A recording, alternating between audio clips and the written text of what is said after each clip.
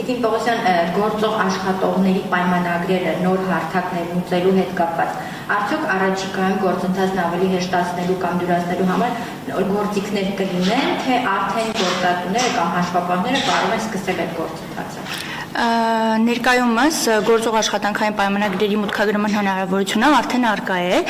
ինչ վերաբերվում է մեծ քանակով աշխատանքային պայմանագրերի մուտքագրմանը, այդ մասով կարող եմ ասել, որ առաջիկայում լինելու է Excel ձևաչափով ներմուծման հնարավորություն, ու համապատասխան կոճակի միջոցով Excel ձևաչափը ներբեռնվում է, լրացվում են բոլոր տեղեկատվությունը աշխատանքային պայմանագրերի վերաբերյալ եւ հետ են բեռնում համակարգ, արդեն աշխատանքային պայմանագրերը ձևավորվում են յուրաքանչյուր աշխատակցի մասով։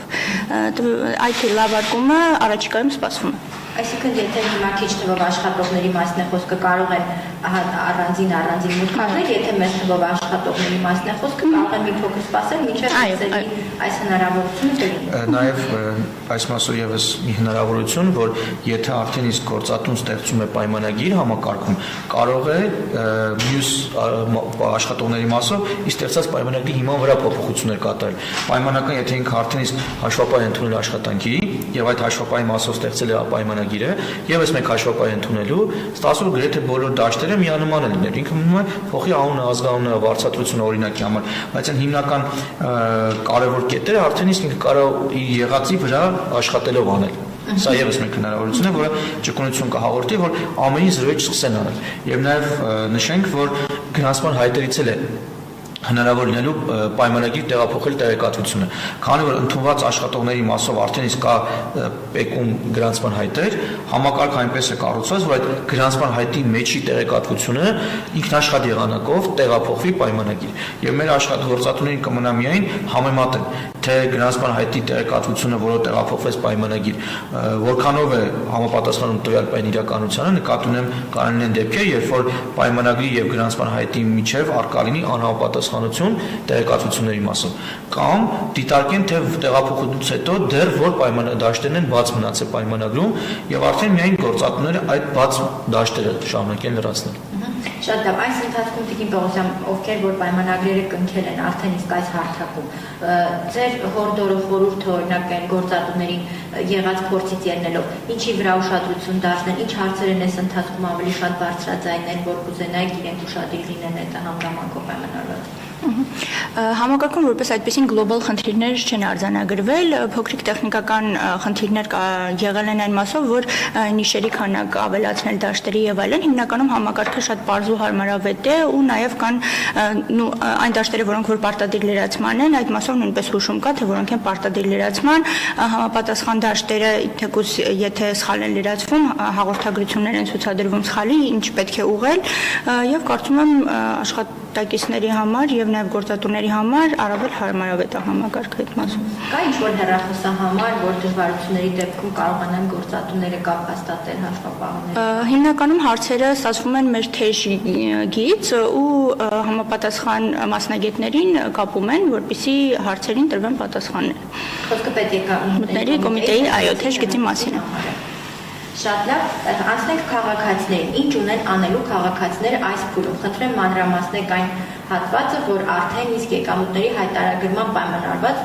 քաղաքացիների զգալի հատվածը ինչ որ գործողություն արդեն արել է, եւ այս պայմանագրերի մասով միգուցե նրանք էլ անելիք չունեն եւ որ մասը ունի անելիք, խնդրեմ։ Մեկ հետ եկեք ուղիղ կապակցենք, որովհետև նրանք ովքեր եկամուտների հայտարարում իրականացնել են, ընդհանրապես ստացվում է, որ ունեն էլեկտրոնային ստորագրություն։ Այդքանով իրենց գործը հեշտացել է։ Բայց աշխատանքային հարաբերությունների դաշտում իրենք նորից պետք է պայմանագիրը ստորագրեն, երկու տարբերակ կա՝ անձինք, ովքեր նոր են ընդունվելու աշխատանքի եւ նրանք, ովքեր ընդունված են աշխատանքի։ Նրանք, ովքեր ընդունված են աշխատանքի, ընդհանրապես այս տարվա ընթացքում պետք է ինչ-որ մի օր գործատուի կողմից մուտքագրելուց հետո ստորագրեն իրենց պայմանագրերը, ընդհանրապես պետք է ստորագրեն։ Իսկ նրանք, ովքեր ընդունվելու են աշխատանքի, բնականաբար պետք է զրոյից, ինչպես ասում են, ստեղծվի իրենց համար պայմանագիր եւ իրենք պետք է ստորագրեն այդ պայմանագիրը, որ դառնան աշխատող։ Եվ այդ դեպքում իրենք պետք է ստորագրեն այն օրը, որովանից հետո հաջորդ օրը պետք է գան աշխատանքի, որովհետեւ համակարգը կառուցված է այնպես, որ եթե աշխատողը պետք է ներկայանա աշխատանքի, առնվազն դրանից 1 օր առաջ պետք է պայմանագիրը ստորագրի։ Եվ նրանք, ովքեր արդեն իսկ ունեն էլեկտրոնային ստորագրություն, իրենց համար դա ավելի հեշտ կլինի, իսկ նրանք ովքեր չունեն, նաև սա որպես խնդրանք հորդորթող լինի, նրանք ովքեր մտածում են, որ աշխատելու են, այսինքն ակտիվ են աշխատաշուկայում եւ այսօր չէ, բայց վաղ օրինակի համար պետք է այնուամենայնիվ աշխատեն, թող օր առաջ դիմեն էլեկտրոնային ստորագրություն ձեռք բերելու համար, որովհետեւ երբ որ արդեն գա պահը, որ իրենք ուզում են աշխատեն, միգուցե ստորագրություն չունենալը խոչընդոտի իրենց պայմանագիր կնքելուն։ Դրա համար շատ լավ կլինի, որ նրանք, ովքեր դեռ չունեն, ակտիվ այդ հարցով զբաղվեն, որ ընթացքում ունենան ստորագրություն, քանի որ դա միակ տարբերակն է աշխատող դառնալու համար, իհարկե կան որոշակի բացառություններ, բայց մենք քանի որ խոսում ենք ընդհանուր առմամբ, այլ որոշակի բացառությունների մասին այս բանը չենք քննարկում, հաստավորապես կան խմբեր, որոնք շարունակելու են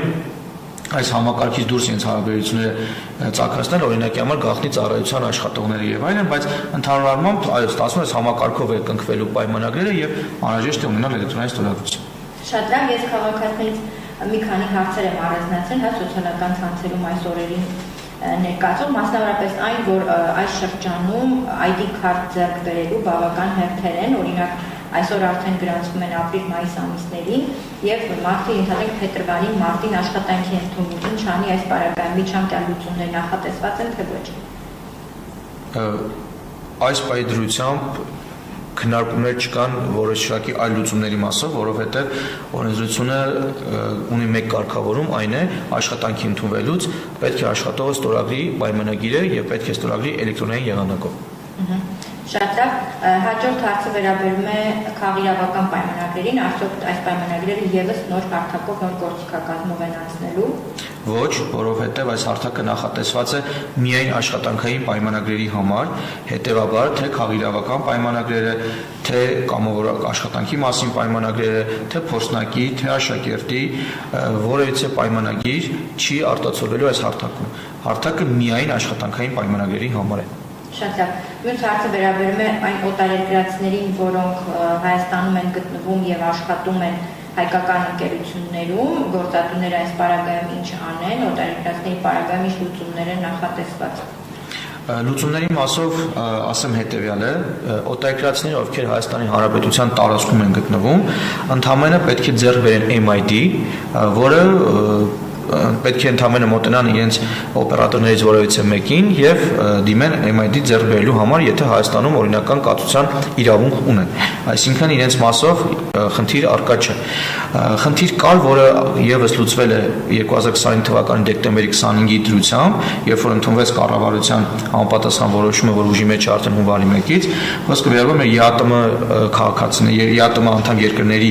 քաղաքացիներ, ովքեր Հայաստանի Հանրապետություն են տեղափոխվում աշխատելու համար, իրենց մասով եւս տվել են լուծում, որ եթե գործատուն ցանկանում է ԵԱՏՄ անդամ երկրներից աշխատող ընդունի աշխատանքի, ով Հայաստանի Հանրապետության տարածքում է գտնվելու եւ աշխատելու իր կազմակերպությունում,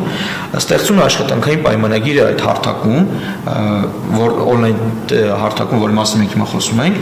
ստորագրում է գործատուն միայն եւ այդ պայմանագիրը համարվում է բավարար, որպեսզի միգրացիոն ծառայությունը տեսնելով հարթակում այդ պայմանագիրը, որը ստեղծել է գործատուն եւ ստորագրել է գործատուն, համարել է միգրացիոն ծառայությունը բավարար, որպեսզի տա կարգավիճակ ԵԱՏՄ անդամ երկրի քաղաքացուն, որ Հայաստանում օրինական բնակություն ունի։ Եվ այդ կարգավիճակի հիման վրա կարողանում են մոտենալ կրկին նշածս օպերատորներից որևիցե մեկին ձեռք բերելու համար MID, որից հետո արդեն կարողանա ստորագրել իր աշխատանքային պայմանագիրը։ Այսինքն ստացվում է, որ իրենց մասով եւս արդեն իսկ խնդիրը լուծված է, կարող են Հայաստանի Հանրապետության տարածքում աշխատել, ձեռք բերեն MID ստորագրություն, իդեպ նաեւ հապաղումը բացեմ, ինչ ասել է MID ստորագրություն, MID ասելով մենք նկատի ենք ունենում, երբ որ ստորագրությունը դրվում է կարճ հաղորդագրության միջոցով, երբ հեռախոսին գալիս է նամակ, որ կոդ է հավաքում, ծանոթում, կոդ են հավաքում, այն կոդը, որը որ իրենք նախատեսնեն, եւ այդ հավաքելուց հետո փաստաթղթի տակը դրվում է էլեկտրոնային ստորագրությունը։ Բայց պետք է նաեւ նշեմ, որ համակարգը նախատեսված է երկու ստորագրության հնարավորություն նախ համակարգում, մեկը MID-ն է, ինչի մասին խոսեցինք օտարերկրացիների օրինակով, եւ երկրորդը ID-ն է, այսինքն երբ որ չիպային քարտով է արվում եւ սարքի մեջ է տեղադրվում ID-ն, այսինքն նույնականացման քարտը։ Հիմա օտարերկրացիները, որ գնան բջջային օպերատորի ընկերություն գրասենյակ, եւ MID հարցում անեն, իրենց ID քարտի անհրաժեշտություն չունեն իրենք, ճիշտ է։ Իրենք ID քարտի անհրաժեշտություն չունեն, բայց ամեն դեպքում թող գնալուց առաջ միգրացիոն ծառայության հետ քննարկում ունենան, միգուցե փաստաթղթեր պետք է իրենց հետ վերցնել, որ այդ գործընթացը արագ լինի եւ մի քանի անգամ չգնան, բայց ID այո պետք չէ։ Նույնականացման քարտի անհրաժեշտություն առկա չէ։ Տիկին Պողոսյան նշվեց, որ քաղաքացին իր աշխատանքային պայմանագիրը կտեսնի այդ self portal-ի հավելվածում, որը որ մենք եկամուտների հայտարարման համար ենք օգտագործում։ Այսինքն այնտեղ առանձին բաժին է բացվելու աշխատանքային պայմանագրերի հետ կապված, երբ որ պայմանագիրը գործատունների մուծի մեծ ծանուցում է գալու, ոնց անելու գործընթացը կմանրամասնեք։ Այո, երբ որ աշխատանքային պայմանագիրը կամ մնացած էլեկտրոնային փաստաթղթերը ստորագրվում են գործատուի կողմից, անմիջապես արտացոլվում են ֆիզիկական անձանց էլեկտրոնային ծառայությունների միասնական համակարգի համապատասխան էջում, որը կոչվում է աշխատանքային պայմանագրեր, ու արդեն հասանելի են դառնում քաղաքացիներին։ Նաև նշեմ, որ գործատուի կողմից ստորագրվելուց հետո աշխատակցի էլեկտրոնային փոստին, որը որ նշվել է աշխատանքային պայմանագրում,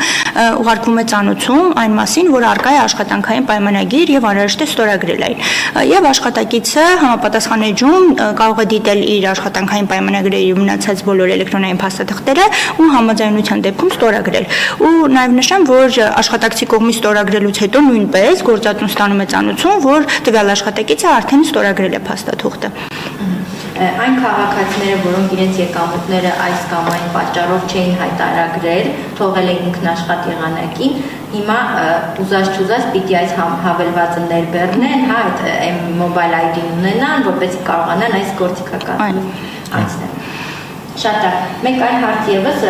հիմա այդ նոր հարթակում բացվել է աշխատանքի ընդունման հրաման բաժինը եւ խնդրում են պարզաբանել, սկզբից պետք է աշխատանքային պայմանագիրը կազմվի հետո հրամանը, թե հակառակը։ Շատ լավ հարց է, շնորհակալություն։ Հրաման բաժինը բացվել է հետեւյալ դեպքերի համար։ Մենք նախ սկսենք նրանից, որ 2025 թվականի հուլիսի 1-ից սկսած այլևս աշխատողներին չեն կարող ընդունել աշխատանքի հրամանների միջոցով։ Միակ տարբերակը դա աշխատանքային պայմանագիրն է։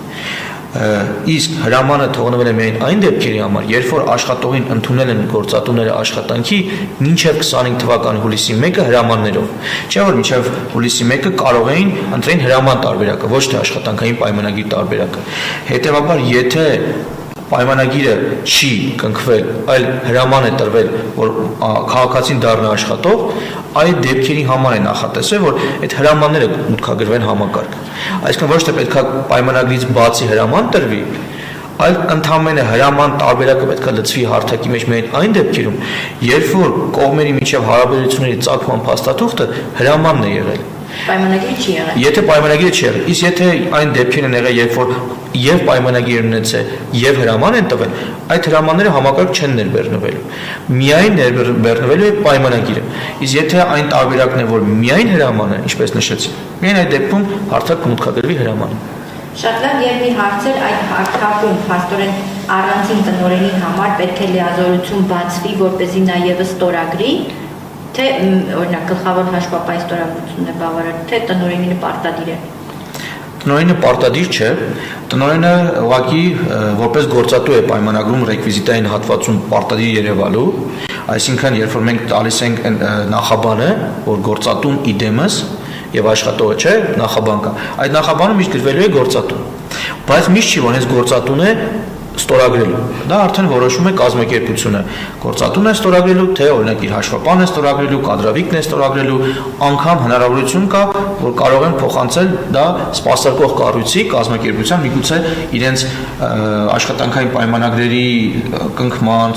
փոփոխման հետ կապված հարաբերությունները իրենք արտապատվիրակել են եւ այդ դեպքում ստորագրող անձը կլինի այն կողմը, ով այդ արտապատվիրակված է ինքը դա իրականացնելու համար։ Հետևաբար միշտ չէ, որ պետք է անպայման տնօրենը ստորագրի։ Շատ լավ, շնորհակալ եմ հանգամանալից ներկայացնելու համար, հավելելու բան ունեք։ Մի փոքրիկ լրացում համակարգի հետ կապված, որ մինչև աշխատանքային պայմանագրերի ստեղծումը նախանրեշտ է տվյալ իրավասությունը ունեցող անձին համակարգում որպես օգտվող գրանցել ու հետո տվյալ աշխատակիցը կարողանա արդեն տեսնել աշխատանքային պայմանագրերը ու իրականացնել գործողություններ եւ նաեւ նշեմ փոքրիկ լրացում գործող աշխատանքային պայմանագրերի հետ կապված, որ քանի որ գործող պայմանագրերը պետք է մուտքագրվեն մուտքագրման պահին գործող պայմաններով, ուստի Ավելացել է առանձին պատուհան, որտեղ յուրաքանչյուր պայմանի համար ավելացել է ամսաթիվ ընտրելու հնարավորություն, թե տվյալ պայմանը որ ամսաթվից է գործում ու այդպես արդեն գործող աշխատանքային պայմանագրի վերջնական տարբերակն է կարելի ասել մուտքագրվում համակարգ։ Շատ լավ, դուք հավելել Երբ թե ամենակարևոր կետերի մասին խոսեցինք։ Շատ լավ, եթե ամփոփենք ուրեմն փաստորեն հունվարի 1-ից բոլոր աշխատանքային պայմանագրերը կնքվում են էլեկտրոնային տարբերակով նոր հարթակում, գործատուները արդեն կարող են սկսել, եթե ցանկություն ունեն, գործող աշխատակիցների պայմանագրերը մուտքագրել, եթե ոչ մի փոքր սպասում են նոր գործիքակազմին, որպեսզի ավելի հեշտացված լինի, իսկ քաղաքացիները պարտադիր պետք է ունենան էլեկտրոնային ստորագրություն, նրանք ովքեր ունեն պարզապես հետևում են իրենց սերտ պորտալի հավելվածին, նրանք ովքեր չունեն անպայման աշխատում են ձեռք բերել, որպեսզի կարողանան այս նոր գործիքակազմից օգտվել։ Շատ ճիշտ է։ Շնորհակալ եմ շատ հանգամանալից ներկայացնելու համար, ձեր գործերի հաջողություն։